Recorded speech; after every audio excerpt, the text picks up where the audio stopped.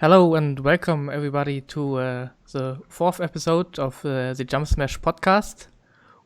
This week we have another of my favorite para badminton players as a guest, and also my usual co-host Bobby Griffin and his year-long doubles partner Dan Bethell. How you doing, mate? Yeah, I'm all good. Yeah, I'm loving this podcast. I've really enjoyed the first few episodes, so I'm delighted to be on it. Great. How are you doing, Bobby? Everything good? House all clean? Yeah, not bad. Starting to try and find some new hobbies. I'm learning guitar. I'm like in week 3 or week 4 of guitar, so that's my thing this week. For as long as my fingertips, my little feminine, sensitive fingertips can last. That's been this week's effort, and I'm nearly up to date on The Walking Dead, which is great. But otherwise, mate, I am fine. How are you? I'm doing great. I binge-watched the first 4 episodes of the Michael Jordan documentary, which is really amazing. Oh, it's so good. I've been hooked on it. I binged all of those as soon as they came out. Yeah, these are pretty fun, so that's what I'm doing. Absolute hero of mine. It's just got to the part where I first got into basketball, and I was in my first job as a teenager. I was like washing dishes in a restaurant when I was about 15. And we used to finish really late at night.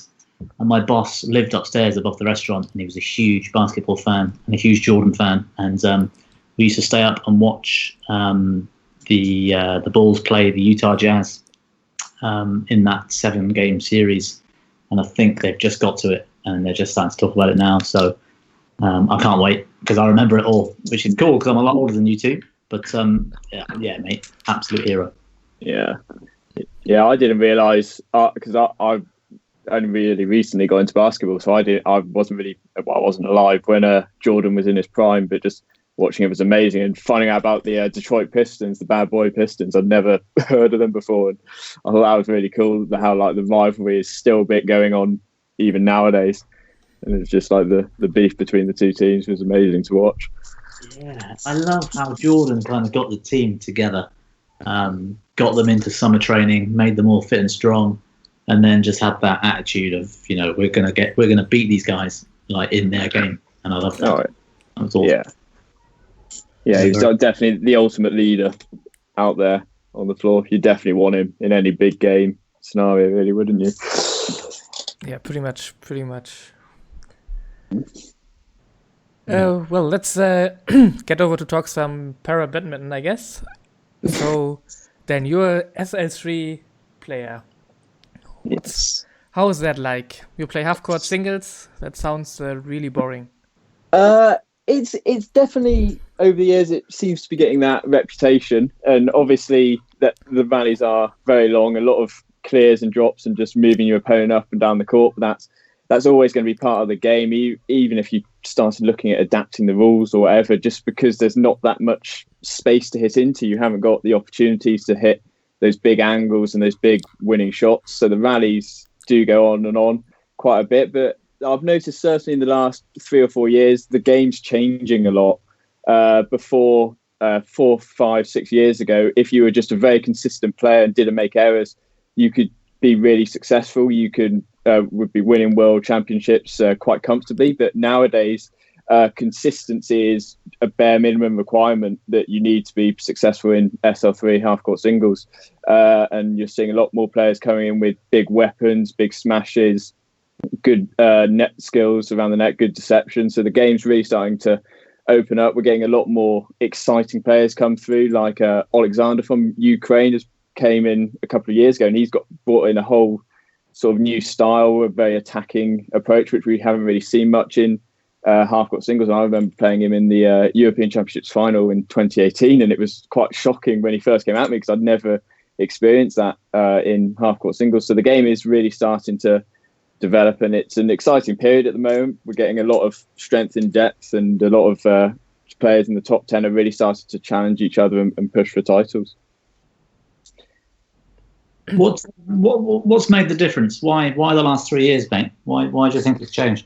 I think the big difference recently is the game in power badminton in my category and just all over is becoming a lot more professional. So people are going into full-time training. So there's a lot more tactics being brought in just from people committing to the game a lot more. So you're trying to find the fine out areas of when to attack and when to defend. So it's becoming more like full court singles in that sense from a tactical perspective. Instead of just moving your opponent up and down the court and not making errors. So it's definitely becoming a lot of more tactical game. It's very hard mentally because you've got to be patient the whole time, but make sure in a long 50, 60 shot rally that at any point you can just switch on and do a good 2-3 shot combo to put your opponent under pressure and hopefully gain the advantage. Wait, so it's becoming professional? You mean people are getting paid to play half-court singles? Well, that would be nice. Yeah. Well, in some ways, yeah. Whoa. Hang on a minute. I train with you every day here at Team GB. You're telling me you get paid to warm up? Yeah, I am. I'm number 2 in the world at warming up. I'm not sure I've always got that reputation as one of the best people at warming up in the world, but I thought L3 classes were there just to give people somewhere to warm up. I thought you we turn it up every day just to make sure the real players, the full court players, had somewhere to warm up. I didn't realise you actually had a serious play. Yeah, there is. Yeah, there's a fine line between it. But if you watch the scoreboard, it is going up and down. We are playing a game. Yeah, we're not just there in a tracksuit and warming up. Pay more attention to this. I didn't realise. Yeah, you should. It's getting exciting. I think if you pay a bit more attention to it, you'll start to love it like I do. Exciting is a bit of a stretch, but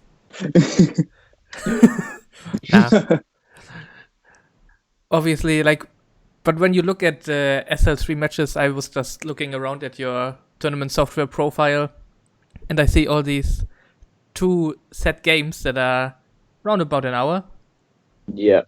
So, how do you someone preparing for half-court singles? There's a lot of running up and down, hitting the bike.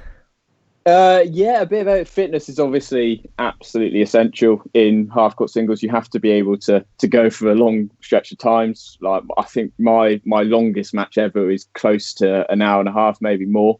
And sometimes you can have multiple 1-hour matches in a day. In the Japan test event last year, I had my quarterfinal, semi-final within 2 hours of each other, and both those games went over an hour. So fitness is paramount. So you get on the bike, which isn't my favourite thing to do. I'm not a naturally born cyclist, but it's one of the things that has to be done. But it's the main thing you do is just get on court.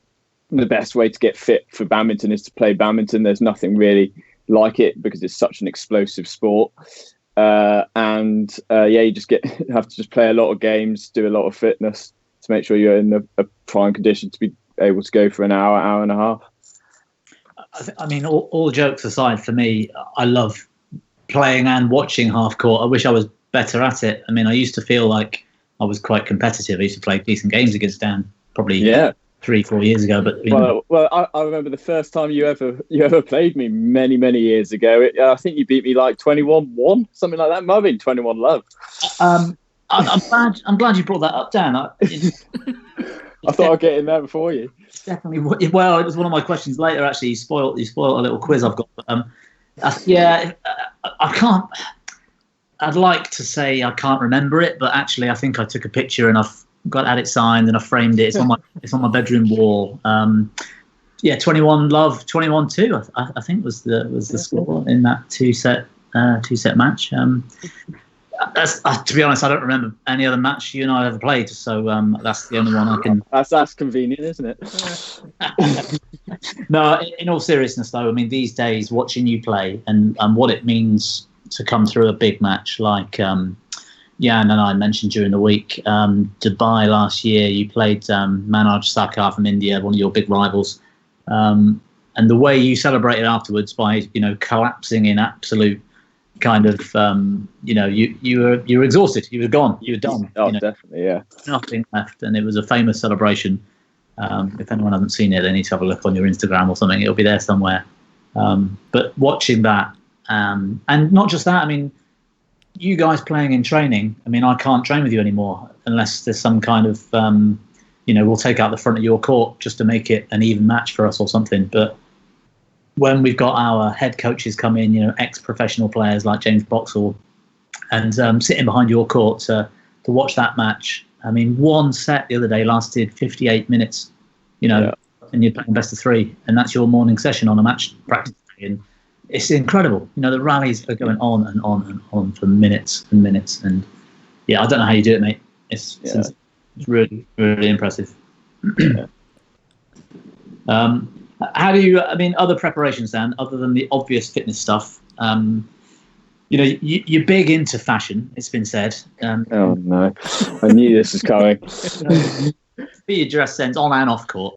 But talk us through a Saturday morning outfit for you. I mean, I know you well, so, I know the answers. But, the world needs to know about this. What do you wear on game day at semi-finals?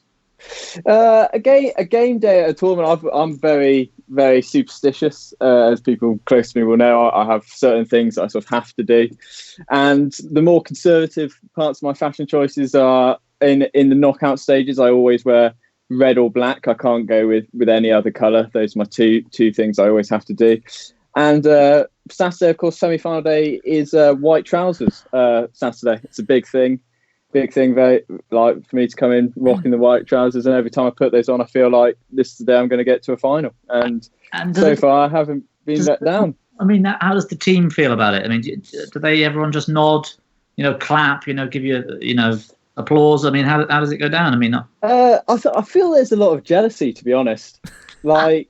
It comes out as sort of a bit of banter and abuse, but I know they really just see me and they think, he's nailed it, and I want to try it too, but I'm just too scared to. That's why I really feel it. So hopefully they'll gain the confidence eventually to join me, because it is a really cool thing. I think those white trousers have done a lot of favours for me, and I think it would benefit the whole team if everyone joined in.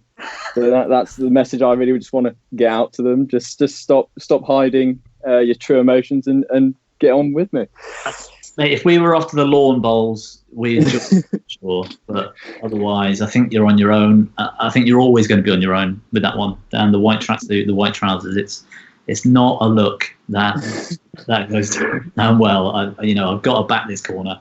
Well, I've got my biggest problem at the moment is I've recently swapped sponsors from Forza to Yonex, and I'm still trying to track down a nice pair of white trackies from that are Yonex as well. So that is my biggest mission before the next competition, to make sure they're set and ready to go. Yeah, and have you got superstitions? I mean, would you wear a white tracksuit for a starters? But I mean, have you? I would never wear a white tracksuit if my life depended on it. But no, I'm not a really superstitious kind of guy. I just pick whatever I want. I don't have any big rituals. I'm the polar opposite to Dan, I have to say. But Dan, is there any backstory to that white tracksuit? When did it start? Well, it started just because I saw them in the catalogue when we were getting our lot of kit from Forza one year, and I thought they were really cool. And I'm going to say at the time, two of my teammates, Jack Shepherd and Kristen Coons, were sort of keen on it as well.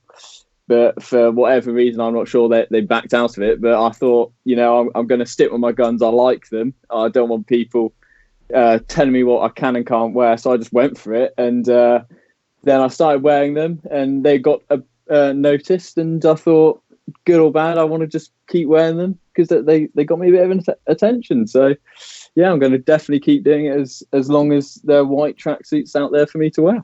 I don't think it's the first time you've worn stuff to badminton tournaments for attention. I think one of the first UK Four Nations, I think it was the Welsh, you turned up in something quite interesting. Do you remember that? I do. I turned it up in a banana suit. That's right. Yeah, I did. all yellow, costume. and a nice hat. Nice banana hat as well. That looks good. There's a great picture on Facebook that I think is. I'm surprised I didn't catch on more. But on that note of interesting dress sense at Four Nations, was it you, Bobby, that came in one year wearing a vest top and a pink skirt for a doubles match? The Hooters vest. Yeah, we did. We got a yellow card for that, I think. I'm not surprised. That was semi-final against Anthony Forster in the pink skirts and the Hooters vests. I can't remember what. This is back in the day before badminton became professional. I think we'd had quite a reasonably heavy night out the night before. That being said, we did win. We beat Anthony and whoever he was playing with. I can't remember who he was playing with. Alan Oliver, maybe, or someone. We did make it through to the final, despite the yellow cards and the skirts. Skirts. I put it down to enabling a good free range of movement. Exactly. Yeah. And a vest. You're not put by big heavy sleeves and collars and stuff. I think it's got legs. Yeah. Well, as power players, we're all a bit stiff and achy in some places. So anything that frees up a bit of movement, you've got to really roll with it, haven't you? But funnily enough, skirts actually doesn't have legs. Exactly. Well, there you go. Yeah. I'm not sure it's something we'll ever rock though on our doubles comeback, Griff. No, maybe not. No, I think those days are long gone. Yeah, for sure.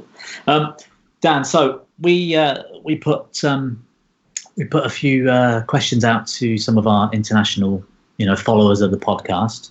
Asked people to write in with questions they'd like to ask Dan Bethell. So we were gonna play a little game of true or false, really. One of them you've already answered. That did Dan Bethell once get beaten by a guy with one leg, 21-0, 21 love, 21 egg, like proper. You can't use the one-legged thing here. We're all power players. We've all got problems. That doesn't work in this environment. I'm just saying, we're a professional half-court singles player. But at the time, I wasn't a professional player, and I think you were actually the more experienced badminton player by quite a number of years. Still am, mate. Okay, so we put that one aside. So straight off the bat, very simple. True or false, Dan Bethell is studying for a Masters in Law. I am studying for a Masters in Law, that is true. Interesting question. So that's Bristol Uni, right? Yeah, Bristol Uni specifically. I'm doing international commercial law. Okay, and how long have you got left?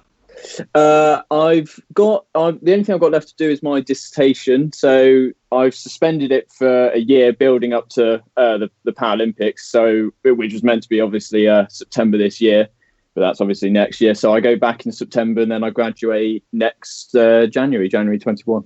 And obviously this, you passed your post-grad, undergrad, whatever, a couple of years back. Yeah. Did you get a first? I got a 2-1. So still looking for a first, weren't you? I was looking for a first, but it didn't happen. I was still really pleased with a 2-1, especially because I was at that stage. I was nearing a full-time training program. I was doing 2-3 hours a day, and I was in full-time study for my undergrad. For my masters, I've been part-time, so it was quite a hectic sort of period in my final year. I was doing like 12, 14-hour days with training and studying. So I was really happy with my final result coming out with a 2-1 after all of that. So professional sportsman heading towards the Paralympics, full-time training. You're very bright. You've got a degree. You're looking for a master's in law. Like it sounds like you're a very, well-rounded and hardworking and bright person, which leads me on nicely to this next question that came in, just to balance things out. This question came in, I can't remember who it's from actually, but it says Daniel Bethell's mum still ties Dan's shoelaces. True or false? Yeah, haha. That's false now, I can say, because, I waited, and but at the grand old age of 23, well, 22, I'm going to say 22, I learned to tie my shoelaces one-handed. So 22 years to tie your shoelaces.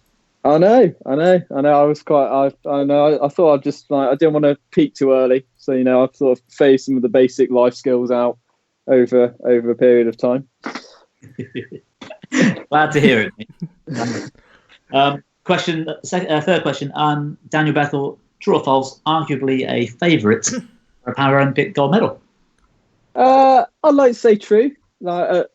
From recent results, obviously I've got to back myself. And I like to feel like winning the test event last year has put me in a good position, and from my results last year. So yeah, I'm gonna back myself and say true. Excellent. And last question then, just to sort of see how grounded you are, and how grounded that last question, the last answer is. Daniel Bethell couldn't tell us how much is the cost of a pint of milk.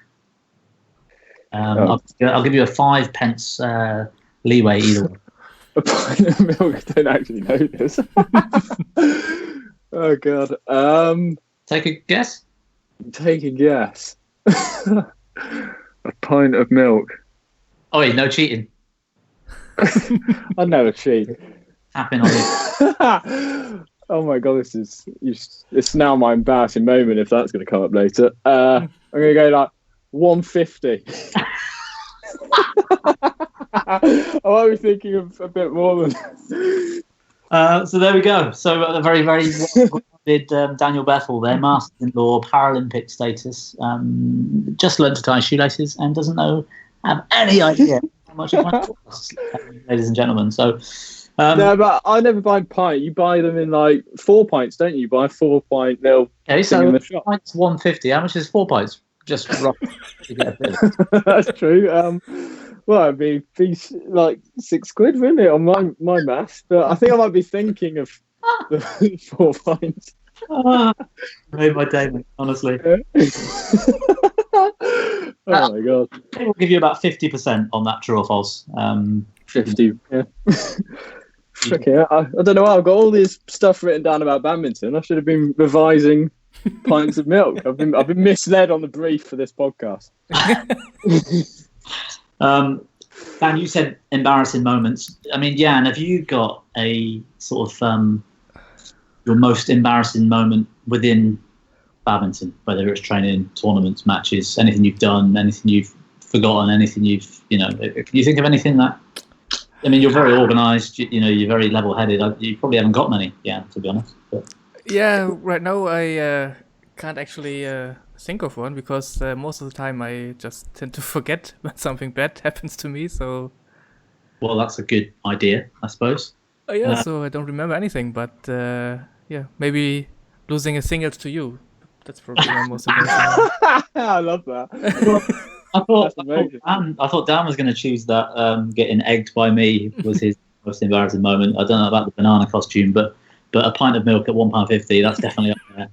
No, I've got a lot in. Well, training. While I remember driving back from training, you were in the car with me, Griffin. I lost a race to a Sainsbury's 24-hour truck off the line in my Golf hatchback. That was quite embarrassing. The refrigerated lorry race. That's right. Yeah. Up to the lights. I was always teasing you for how slow you drive. We said we'd have a race with this truck, and Dan got absolutely blitzed by this 4-ton refrigerated truck. And Dan's in little Golf GTI. I mean, it's the worst piece of driving I've ever seen. He's in those guys are in a rush at the moment, or ever. They've got 24 hours. They need to deliver all the food before it goes off. So he was in a hurry. He didn't even know he was in a race. I know, but trying to beat the line. No Formula One career, yeah. Well, playing you in mixed doubles at the Euros 2014, Griff. That I wouldn't say that was an embarrassing loss, because it was more luck on your part, I'd say, with a net cord at 19-all in the second set. So European mixed doubles gold medalist from that final. Thank you very much. Very proud moment in my career. Yeah. Well, I was silver, and I still remember that day, that backhand lift that hit the net cord twice and rolled over the net to get championship point. Catch the net cord, it was going to hit you square in the face for a winner. No question. I once turned up to a tournament with different coloured badminton shoes. That was pretty embarrassing. Yeah, that was awful. I think I got a red card from semi-final. Me and you, Dan, men's doubles 2016, was it? Yes, 2016 semi-final. Euros down in Beek. I remember that. Yeah, that wasn't my finest moment on court. Don't need to talk much about that, but yeah, I'm glad. At least my aim's good. I mean, I did throw the racket as hard as I could at my opponents, but at the net, so I knew it wouldn't hit them. I didn't take that. Didn't take that belief in my aim, and sort of gave me a red card, and kicking the A board and stuff wasn't great. But yeah, there's been a few red cards actually in para badminton now. Yeah. One of the kicked the crap out of his the box that you put your racket bag in beside the court.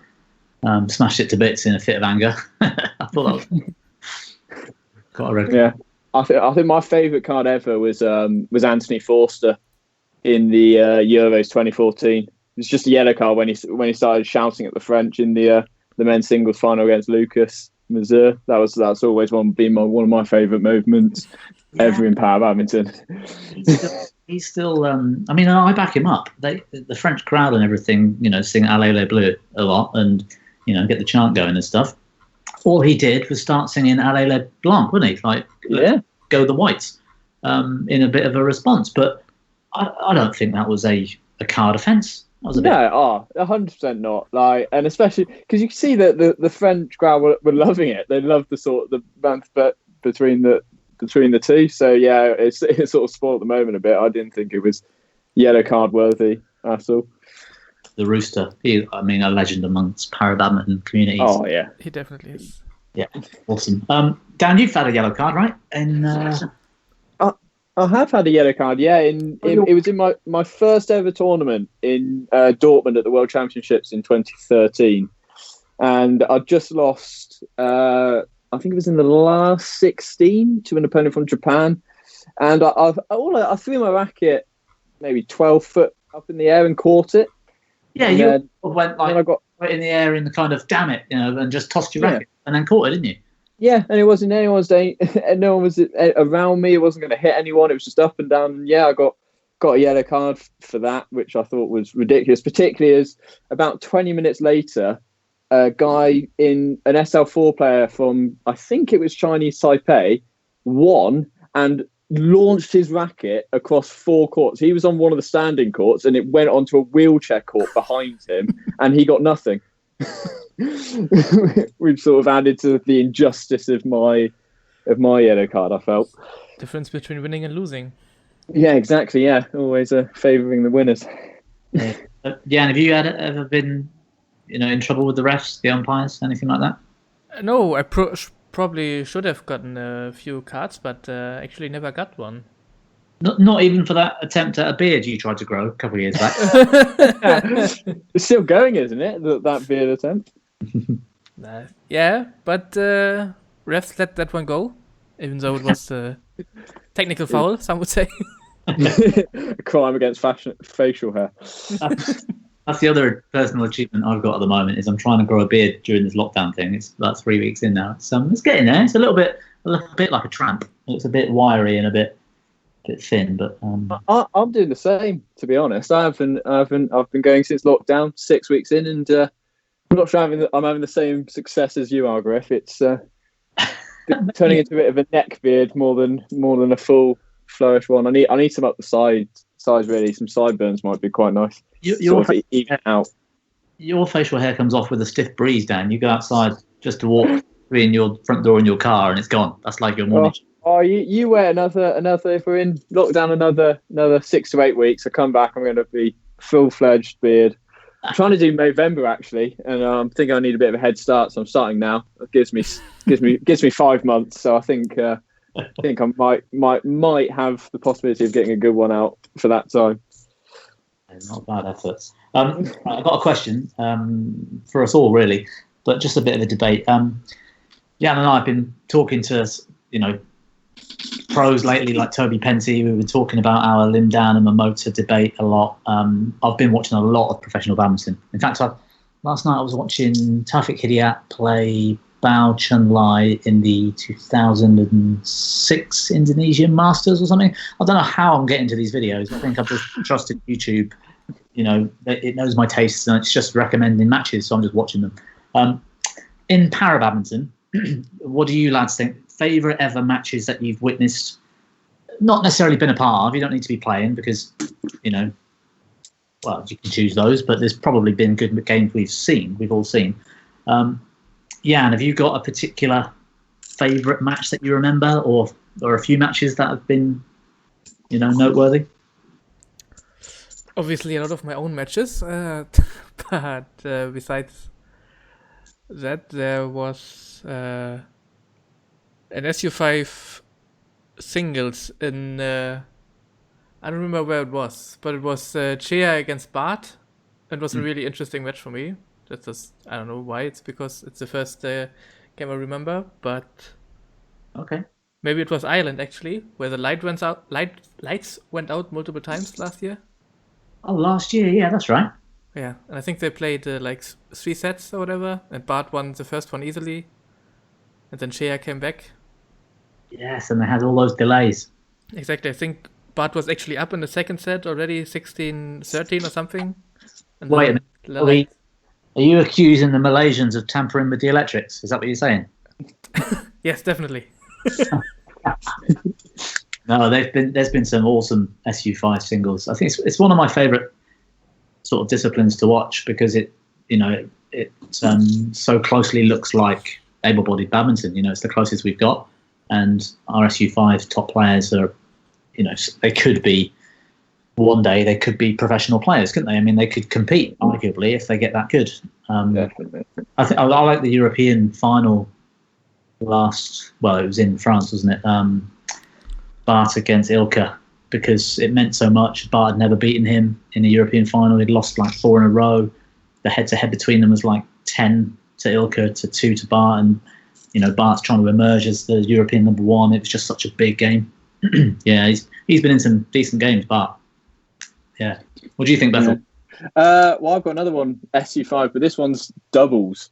Mm-hmm. And it was in Stoke Mandeville, the World Championships in 2015, the men's doubles final between Chia and his partner Fozzie against Bart and Ilka. Yeah, and Fozzie was L4. I mean, it's just phenomenal. He's incredible. His racket skills were just insane. His backhand just clearing out and stuff like that. And it was the first time we'd ever really seen Chia get pushed that hard in a game. At that stage in para badminton, he'd sort of always been the top guy in SU5 by quite a clear margin, and then it was just that game where we really saw him get fired up and really pushing Fozzie and getting on it. And the end of the game, it was such a tight game and it was so close. I love his attitude lately, Chia. How he's you saw all these Indonesians turn up and the Japanese and really start pushing him and beating him, and he's gone back and re-looked at stuff, training hard, lost a bit of weight, all that stuff. And he's now, back arguably top 2 again. Him and Deva having some, he's beating Sirio, and it's just, I love the guy personally. What a nice guy as well, and what a good player.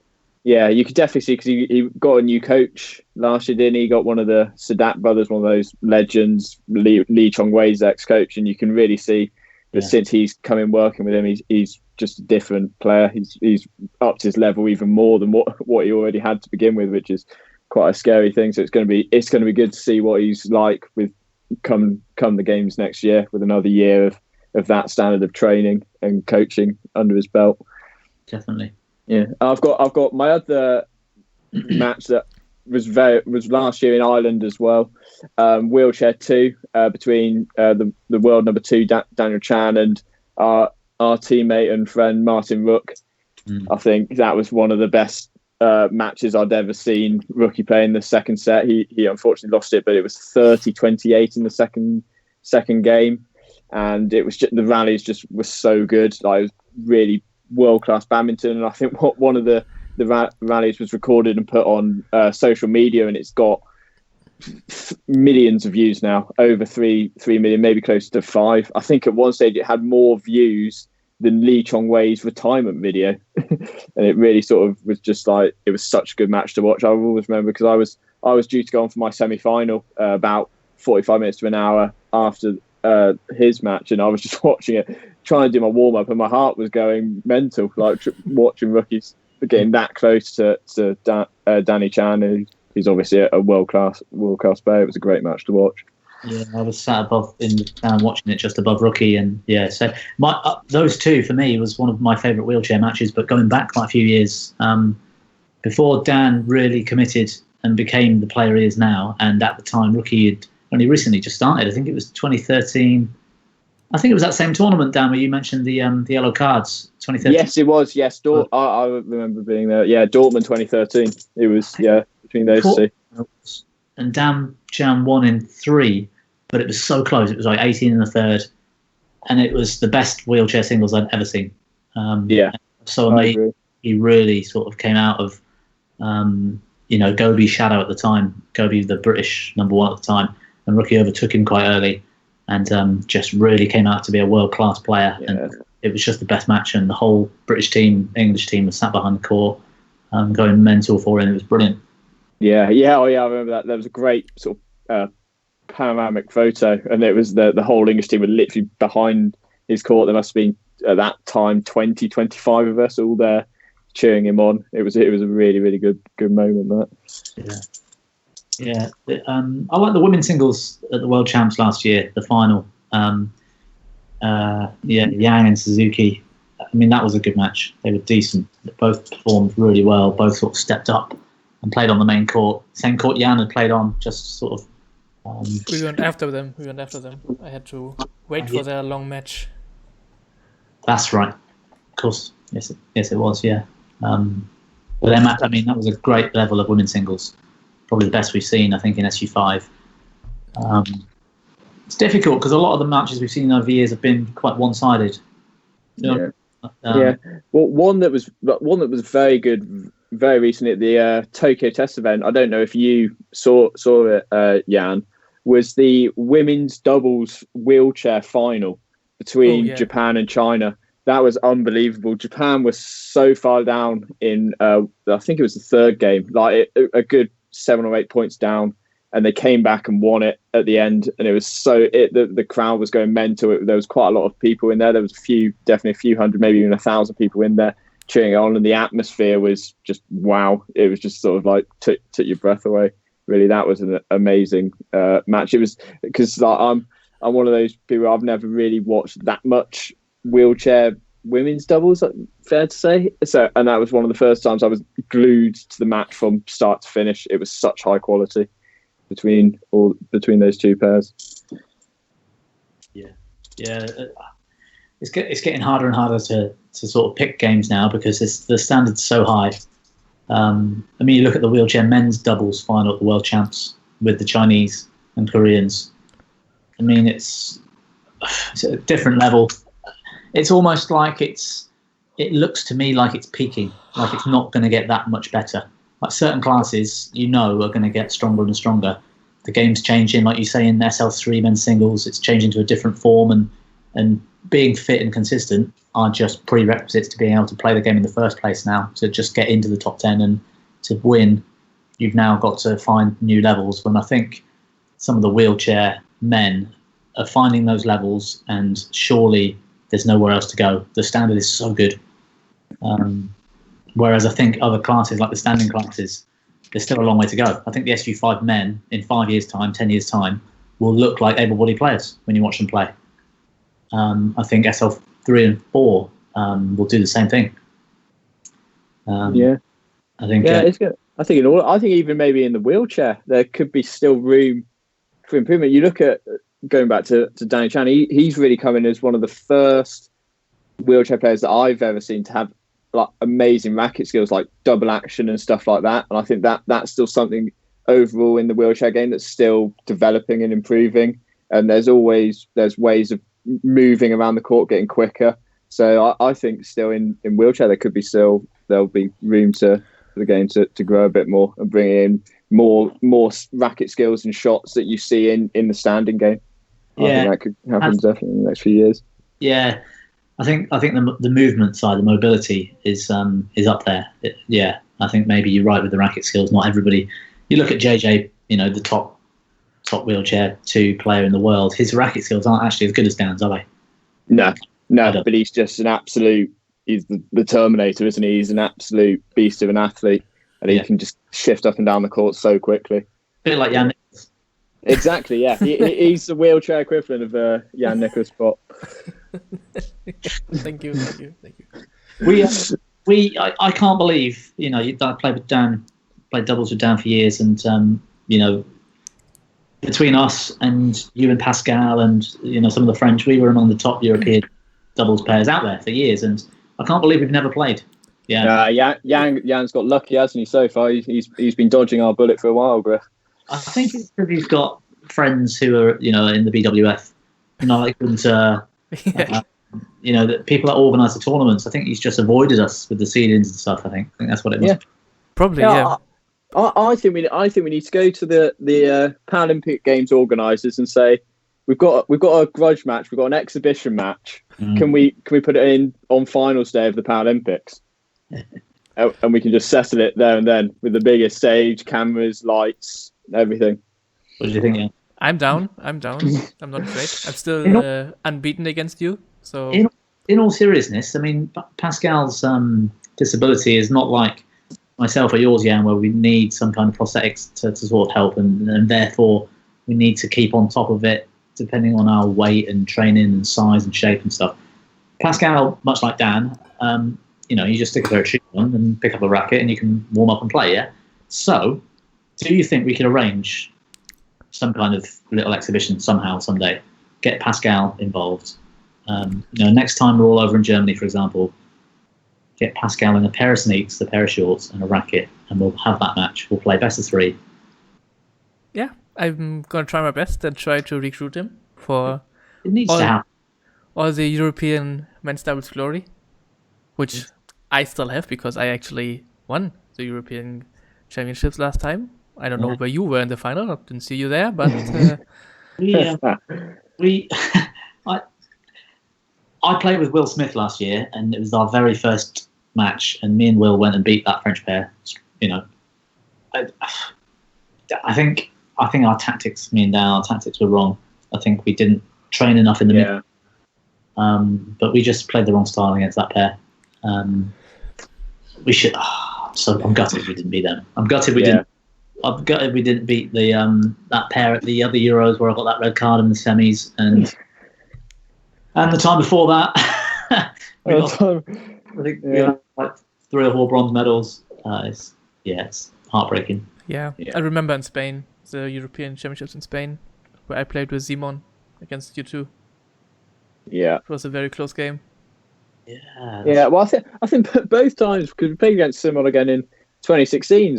Both times we played Simon, he's had the game of his life. Yes. we I think our game plan was almost at the time was, well, we want to almost keep it away from Jan and really pin our attack on Simon, and he was just a brick wall both times. I think that's the thing. I think we were just driving it hard and flat at people like Simon and Jan, and they just cross block, turn it away, drive it back, and we were trying to just take the net all day because that was our rotational game. It was a good plan, but if people don't play the net, we don't have left at the time, and we kind of got that one wrong, I think. Yeah. We're older and wiser now, so when we come back, we'll be even stronger. Yeah, without question. I'm looking forward to it. Yeah, let's do that. It's really like we played like 1 or 2 years, maybe even 3 years, where we were in the top 3 in the world the whole time, and never actually played against each other. It's we must always have been like 10 off tournaments. the side of the drawers. Yeah, I don't know how that happened. We kept playing the French, and we well and truly got their number down, didn't we? That was good. Yeah, we did that year in 2017, and we were very focused on doubles at that stage because we were trying to guess what was going into the Paralympics because we didn't know what the categories were at that time. And clear we got it absolutely completely wrong. So we were, but at the time we were really sort of training doubles very hard. We were moving up to Sheffield at the time where you'd already moved to Sheffield with Richard Morris. Griffin, I came up quite a few times and had some training camps, and we did really sort of get it nailed down, and like we had a few good wins over Lucas and Mathieu, the French at the time, and won a couple of titles. Beat all the Indians. That was good. The Indians were getting quite good at the time as well, and we were managing to stay on top of them. They're strong now. You know, I think they are strong. Yes. 12 months. You know, it would have been nice had doubles got in and we'd have carried on. You know, to keep above them, that would have been, you know, where we were aiming for, I think. Yeah, definitely. Yeah, they've really, the whole Indian setup they've really come out in a lot of categories over the last few years. I hate seeing them win those tournaments. It annoys me because I wish I was playing them. Yeah. Yeah. Hey. Yeah, same. How's your Jan? How's it? I mean, mixed doubles, any kind of doubles, but mixed in particular. You know, you need that communication and that practice on court, especially in rotations and movement and stuff. You know, you can't do that at the moment with you know, the lockdown and the coronavirus. So, what's happening? Do you speak to Katrina at all, or do you know? Yeah, we still talk. We have our online training sessions still every day, basically. So I still talk to her, and yeah, it's not like we practice every day together anyway. So it's not like that big of a change. Yeah, it's true. Must be hard. I mean, for you both, not hitting shuttles. You know. I'm hitting shuttles. Yeah, you are now. That's right. I think I was speaking to Rich, our head coach, the other day. I think Germany are about 3 weeks ahead of us in terms of the lockdown process. Yeah. And if that does work out quite well, I think within 2 or 3 weeks' time we'll be where you are now, I guess. Hopefully. Still a lot of interesting rules. Like you can only practice like 1 against 1. No net. So No net? No net? Yes. There's no net play. Like you can just, there's like... net play? I thought you meant... No, there's a net, no net, but there's no playing. Did you just do that outside? You didn't even use a court? No, there's no playing. Just because of the 2 meter rule, you can't get... Yeah. So Danish box doubles all the way then, yeah? Me and you. Yeah. It's my time to shine now. Yeah. I wish they'd have made some kind of amputee class or SL4 something or other, you know. I still think it should be like forecourt Danish or something. That, you know, that would have been... Yeah. If That's the no front court. Exactly. Front court. Yeah, that would have been so cool. Yeah. I'll be down for that as well, to be fair. I actually think that would be quite good for the class, actually. It would. Totally. I think the way SL4 is set up at the moment, you're going to find one type of disability is going to dominate, you know, the top. It pretty much has already, you know. You're not seeing amputees in the top 10, really. SL3, you've got a couple, but I don't think they're going to stay there. You know, I think, as Dan rightly said, the sport's getting more and more disciplined with fitness and consistency, and then you're going to add in different ways to win rallies. I think the likes of Fujihara won't be there in five. Personally, I don't think they'll be there in 5 years' time. I don't think you'll see an above-knee amputee in that class, not at least challenger for medals in any tournament. I agree. Yeah, because you just see so many more players. The game, the tactics and the shots and everything are developing. But one of the biggest things is everyone's just getting a lot stronger physically. Like being in full-time training programs, and Fujihara is amazing. Like I don't know how he does be a top 4 player in the world, getting to semis and finals as an above-knee amputee. Like that's normally, historically, the worst disability to have almost in half-court singles. So his ability to move around the court is amazing. But yeah, I think as the games get more physical, guys with cerebral palsy who have two legs and like have 2 calf muscles and stuff like that will just start to pull away. I think it just seems to be it'll almost go like the way SL4 has done recently. that the disabilities will really be a telling factor. But then, like you say, when Fuji's doing it now, his wrist is so strong, backhand clears, defense, his deception, his racket skills. I think that's what's keeping him there. So I guess definitely. That's insane. But like you said earlier, as the sport develops and then everyone starts having those same skills and strengths, it will then go back to mobility and who can cover the court. Yeah. And then that's where he's going to get in trouble. Yeah. Interesting. He needs to change his game up a little bit, I think. I think he's still trying to play that old style a bit too much, even though it doesn't suit him at all. He should be way more aggressive. Yeah, I think one of the best, Nitesh Kumar from India, he's an amputee as well, and he's sort of come on leaps and bounds in the last couple of years. And I think a big reason he has is he's changed his game to suit his disability. Like, he takes a lot. He's got a brilliant backhand, overhead backhand, and he uses it all the time. You often rarely see him hit a round the head shot, especially when he's under pressure. He just clears out. So he's really sort of adapted his game to his disability, and he covers it really well. But he's the same. He's like a terrific Hidiat kind of backhand smash kind of guy, isn't he? He can clear out. He can just whip it back into court. It's not a weakness for him, is it? Going on his backhand. No, but it's again the same that it's going to be interesting to see how far that will take him as people get more physical and can adapt and learn what they're doing to sort of cover themselves. And then as everyone finds new ways to stop their disability being a problem, people will find solutions to that as well, and then find new ways to exploit it. So it's going to be interesting to see how the game's going to develop, because it is in such a big developmental stage at the moment. Like, it's come on leaps and bounds, particularly since we all first started playing, but we're still a very young sport, and it's going to develop a lot more, both on court and off court. So it's going to be interesting to see those. Dan, what do you think? What changes will they make, do you think, for the Paris 24 Paralympics in badminton? What classes will go out? Classes will come in? I mean, if you just had to guess right now. I can't really. A lot of it will depend on the number of athletes. That's going to be the first thing. How many more we get? Whether they'll take some medal events out to make the draws a bit bigger and to make the qualification system a bit simpler. Because I think everyone's been struggling trying to follow it. Like, I'm completely lost about how you qualify for wheelchair singles when you haven't got a doubles partner and stuff like that. It's such a confusing thing.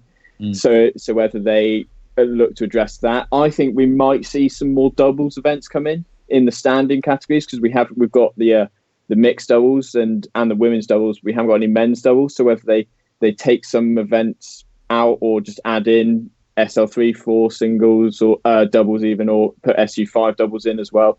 But I think that's what the next steps would be. But it's very difficult to say at this point. They'll be waiting to hang on to see how it looks in next year, because they could look at it and the games could be a resounding success in every single way, and they think we've got a really good formula here, we're just going to stick with that for the next cycle and then look to make adjustments for LA. They might give this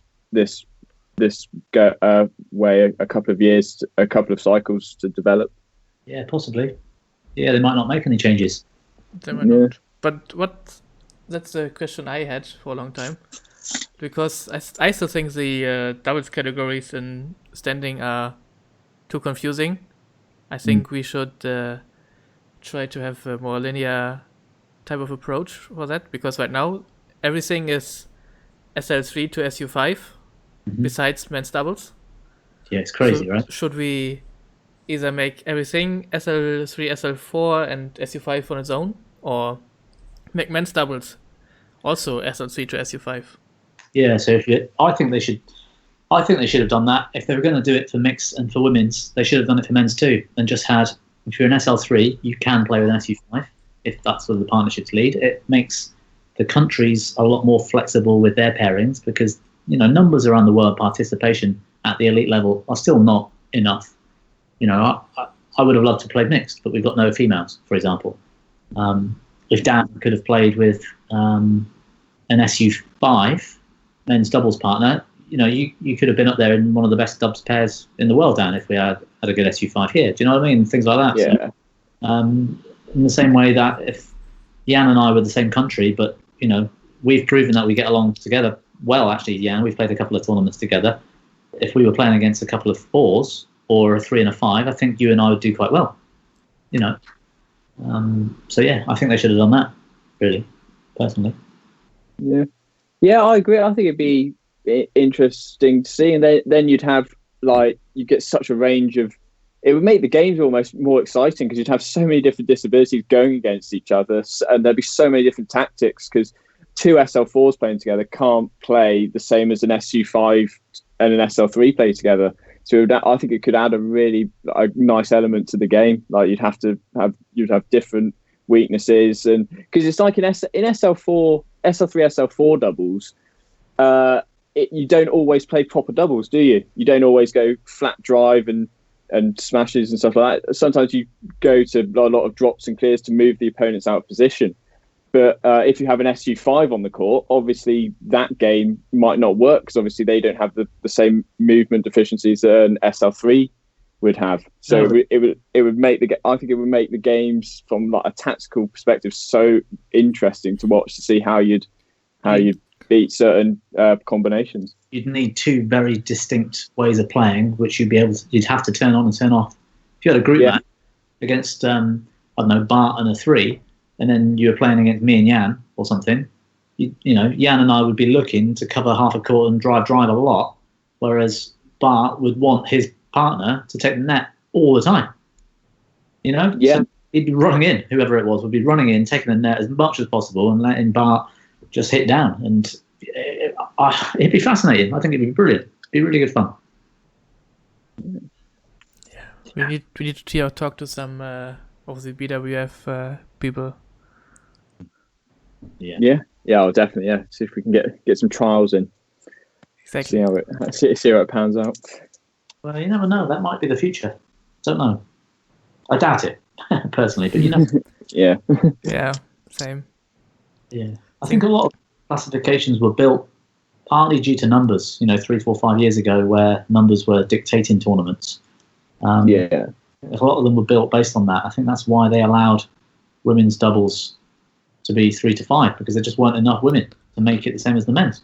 But what's the argument now? And in 5 years' time, when it's a Paralympic sport and you've got a lot of players in all the events, I mean, the SL3 women are now getting quite a lot of numbers, same as the 4s and 5s. No problem. Should be the same as the men's. Yeah, they should make some change, I think, because para-badminton is confusing enough without all these weird doubles rules that are different in every class, basically. Yeah. Should be the same for everyone. Good. We're on for nearly an hour, lads. Should we... we need to pose the Momota-Lin-Dan argument to Dan, but I already know the answer. I think Jan already does. But for the sake of anyone listening that doesn't, Dan, Lin-Dan at his best, Momota at his best, who wins?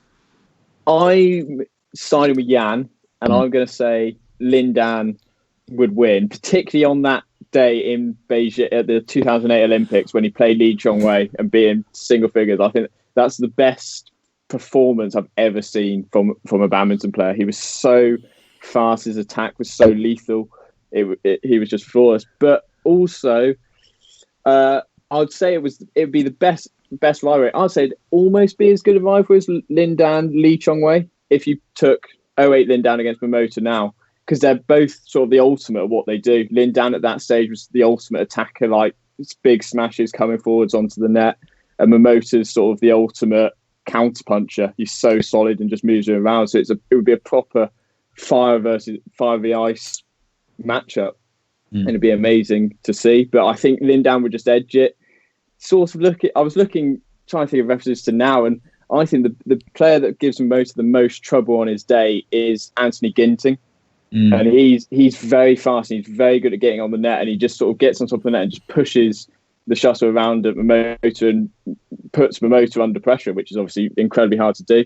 And I can sort of see, like, with that, the speed and attack of Ginting, I could sort of see that in Lin-Dan in some ways, but Lin-Dan obviously does it a lot better than Ginting.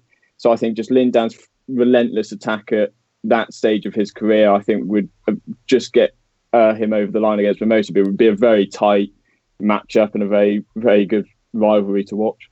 Yeah, interesting. We Toby Plenty said pretty much exactly the same thing actually last week when we asked him the same question. How good was that last week, by the way, with Toby Pensy? He was such a good guest. And how sort of honest he was about challenges in his career and where he is right now. It was great. If anyone hasn't heard that, they should take a listen at Toby last week.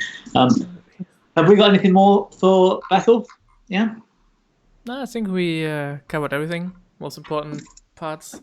Dan's fashion choices. What to say, Danny boy? No, we're just I love being on, chatting about badminton and paramounted. So thank you for having me on. I've got nothing left. I think we'll get Dan back on, Jan. I think. I think this wasn't the last time we have the pleasure of having Dan on. Yeah, exactly. Definitely keen for coming back on. Good. Okay, lads. Thanks for that. Catch you again next week, I guess. Thank you.